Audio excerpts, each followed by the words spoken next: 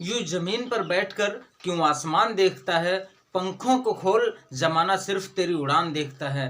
दोस्तों नमस्कार, आदाब, सत श्री अकाल। मैं योगेंद्र एक बार फिर से आप सभी लोगों का स्वागत करता हूं आपके अपने यूट्यूब चैनल योगी गोल पर।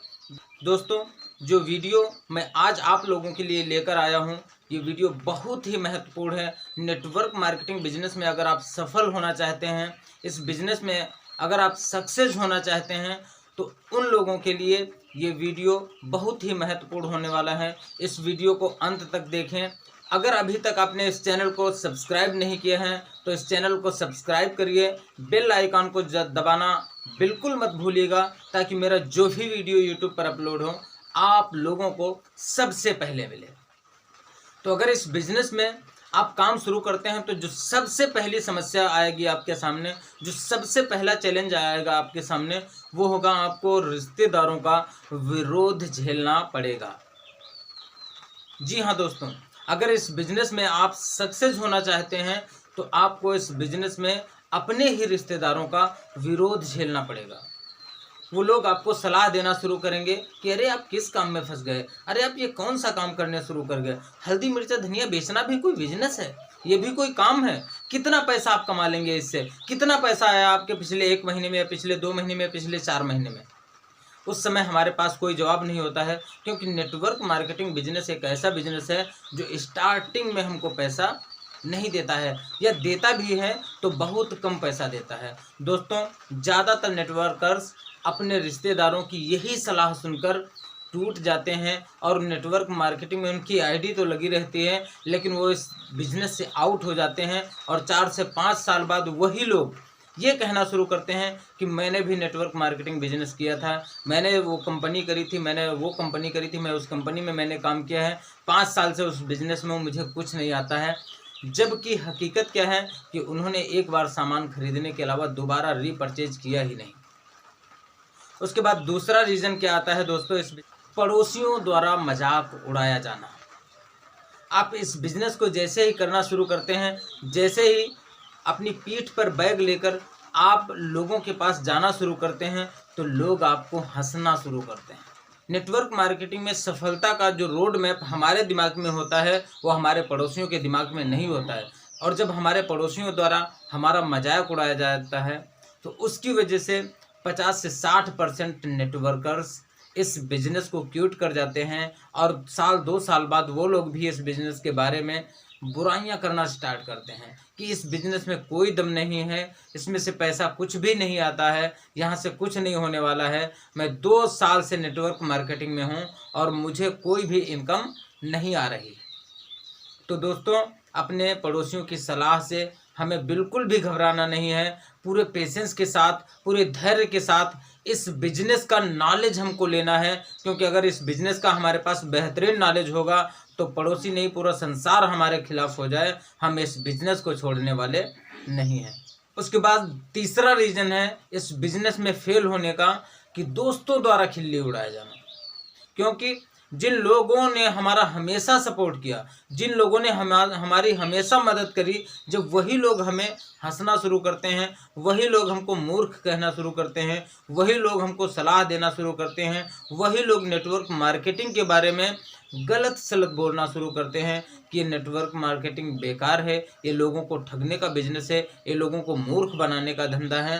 तो इस वजह से तमाम लोग इस फील्ड से, इस इंडस्ट्री से क्विट कर जाते हैं। उसके बाद परिवार द्वारा विरोध।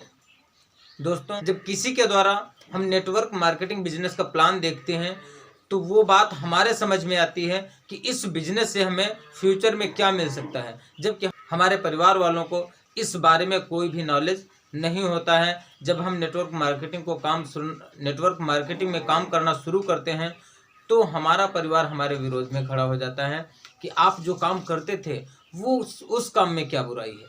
हम पहले नौकरी करते थे या मजदूरी करते थे या खेती करते थे, जब उस काम में डिस्टरबेंस होता है तो हमारा ही परिवार हमारे विरोध में खड़ा हो जाता है और नेटवर्क मार्केटिंग के खिलाफ हमें भड़काने की कोशिश करता है, हमें गुमराह करने की कोशिश करता है, ताकि हम फिर से वही काम पकड़ लें जो काम हम पहले से करते आए हैं।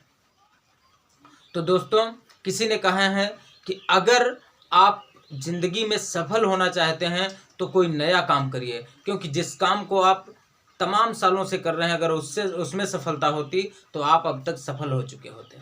इस बिजनेस में जो 5वां रीजन है फेल होने का, वो है कुदरत द्वारा परीक्षा लिया जाना। अब लोग कहते हैं कि कुदरत परीक्षा कैसे लेती है। दोस्तों, एक एग्जाम्पल के माध्यम से मैं आप लोगों को बताना चाहूँगा कि छोटी सी स्टोरी के माध्यम से आप लोगों को बताना चाहूँगा कि कुदरत परीक्षा कैसे लेती है, ईश्वर द्वारा परीक्षा कैसे ली जाती है।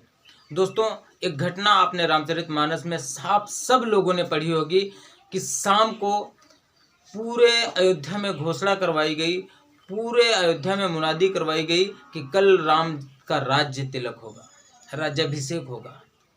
तो पूरी अयोध्या में खुशी की लहर दौड़ गई। चारों तरफ अयोध्यावासी नाच रहे थे, चारों तरफ ढोल नगाड़े बज रहे थे, चारों तरफ खुशी का माहौल था। लेकिन कुदरत को कुछ और ही मंजूर था। दोस्तों, कुदरत ने मंथरा का दिमाग पलटा और मंथरा ने कैकेयी का दिमाग पलटा। कैकेयी ने अपने पुराने 2 वचनों को दशरथ जी से मांग लिया। पहले में राम जी का 14 साल के लिए वनवास और दूसरे में भरत का राज्य तिलक। दोस्तों, कहाँ अयोध्या में पूरी खुशी की लहर दौड़ रही थी और कुछ ही क्षण बाद पूरी अयोध्या में शोक की लहर दौड़ गई। कुदरत इस तरह से परीक्षा लेती है, क्योंकि कुदरत चाहती थी कि जिस राम को मैं पूरी दुनिया में इतना फेमस करना चाहता हूँ, क्या वो वास्तव में इस प्रसिद्धि के लायक है? क्या वो वास्तव में इस अचीवमेंट के लायक है? क्या वो वास्तव में इस पद को संभाल सकता है?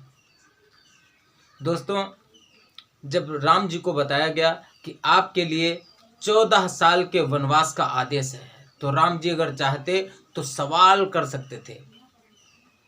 मैं आज की बात करूंगा, अगर कोई हमसे कहे कि इस घर में आपका कोई हक नहीं, आप 14 साल के लिए वनवास चले जाओ, तो हो सकता है नहीं, संभवतः दुनिया के लगभग 99% लोग तुरंत अपने मम्मी पापा पे सवाल खड़े कर देंगे कि ये आपका नहीं, ये मेरे बाबा पर बाबा का है।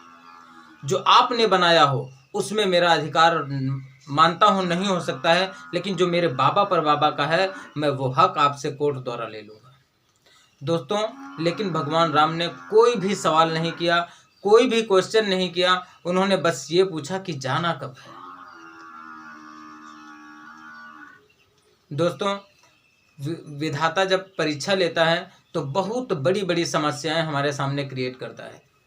भगवान राम जी 14 वर्ष के लिए वनवास के लिए चले, उनके साथ माता सीता और लक्ष्मण भी साथ में चले।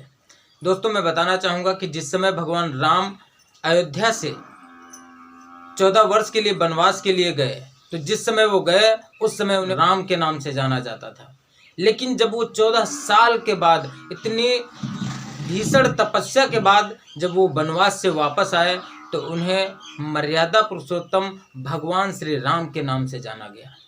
दोस्तों, अगर आप अपने जीवन में धैर्य के साथ काम करते हैं तो दोस्तों, बड़ी बड़ी अचीवमेंट, बड़े बड़े लेवल, बहुत बड़ी बड़ी सफलताएं आपका वेलकम करने के लिए तैयार बैठी हैं। इस वीडियो को इतना ज़्यादा शेयर करिए, इतना ज़्यादा शेयर करिए कि यह वीडियो हर नेटवर्कर तक पहुंचना चाहिए, हर डायरेक्ट सेलर तक पहुंचना चाहिए। ये वीडियो अंत तक देखने के लिए आप सभी लोगों का हृदय की गहराइयों से